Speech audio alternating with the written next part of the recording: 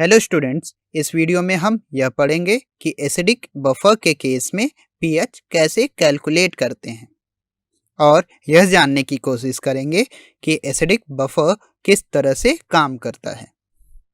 तो चलिए स्टार्ट करते हैं। हम जानते हैं कि एसिडिक बफर को हम वीक एसिड और इसके सॉल्ट को मिक्स करके बनाते हैं। तो यदि हम एक वीक एसिड लें तो यह आयनाइज होकर हमें कुछ इस तरह की रिएक्शन देता है।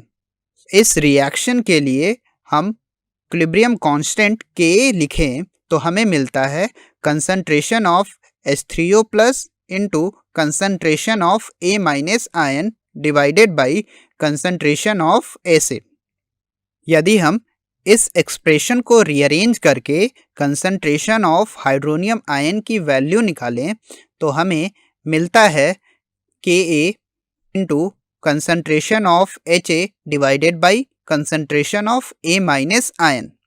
इस एक्सप्रेशन के दोनों तरफ नेगेटिव लॉग लें और सॉल्व करें तो हमें pH की वैल्यू मिलती है pKa minus log of concentration of Ha divided by concentration of A minus ion.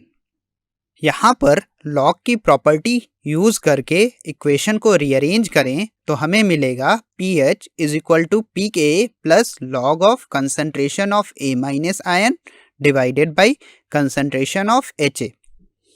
A minus ion acid Ha का कॉन्जुगेट बेस है तो pH का एक्सप्रेशन हो जाएगा pKa plus log of concentration of conjugate base divided by concentration of weak acid.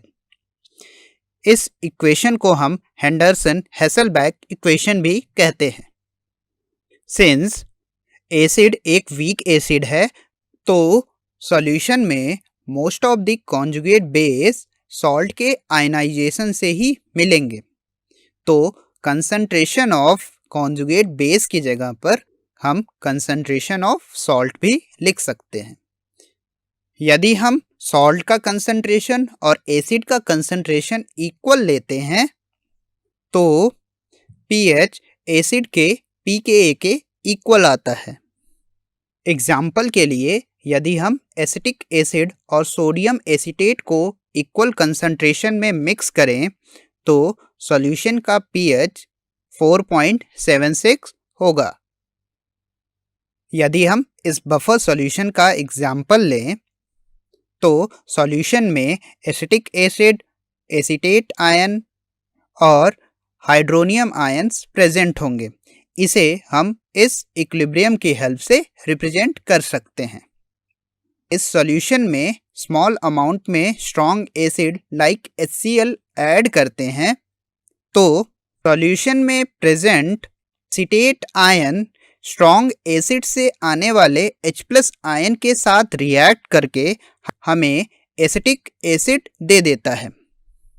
तो इस तरह से हमने जो H+ आयन ऐड किए हैं वह कंज्यूम हो जाते हैं तो pH में हमें कोई चेंज नज़र नहीं आता है।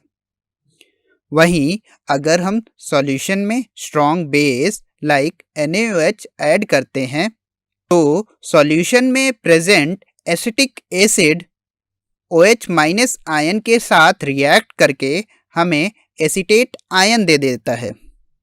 तो इस केस में भी हमने जो OH माइनस आयन ऐड किए हैं वह कंज्यूम हो गए तो pH में कोई चेंज नज़र नहीं आएगा।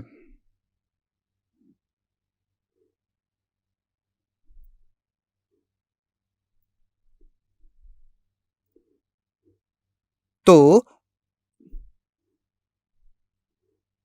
इस तरह से एक एसिडिक बफर H+ आयन या फिर OH माइनस आयन के एडिशन पे pH चेंज को रेजिस्ट कर पाता है।